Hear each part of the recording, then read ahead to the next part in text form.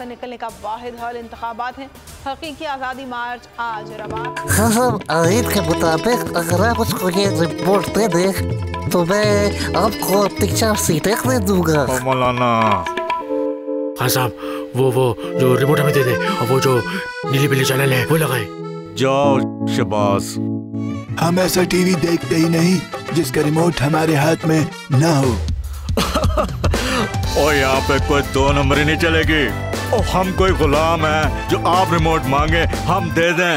Absolutely not. यहाँ पे सिर्फ पाकिस्तान का नंबर 1 चैनल चलेगा, बोल, जो हकीकी सहाफत की जंग लड़ रहा है। पाकिस्तान के लिए कोई और नहीं, सिर्फ बोल खड़ा है। आप सब भी बोल देखें।